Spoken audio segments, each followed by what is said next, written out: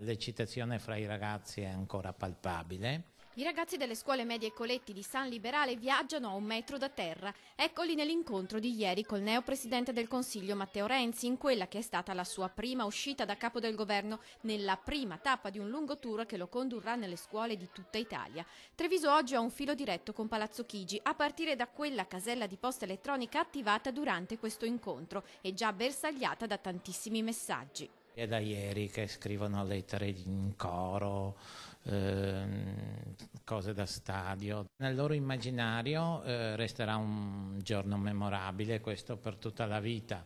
Del resto, nella storia della Repubblica Italiana non mi pare che alcun nuovo governo insediato abbia iniziato da una scuola. Si parte dalla scuola dove cresce e prende forma l'Italia di domani. Si parte dalla scuola come indotto economico per l'edilizia, per uscire dalla crisi, come twittava ieri da Treviso. Stamane, di prim'ora già a Palazzo, il cinguettio mattutino, al lavoro sui dossier più urgenti e fra questi quelli aperti proprio ieri su invito anche dei sindaci e degli imprenditori incontrati a Santa Caterina e Palazzo Rinaldi.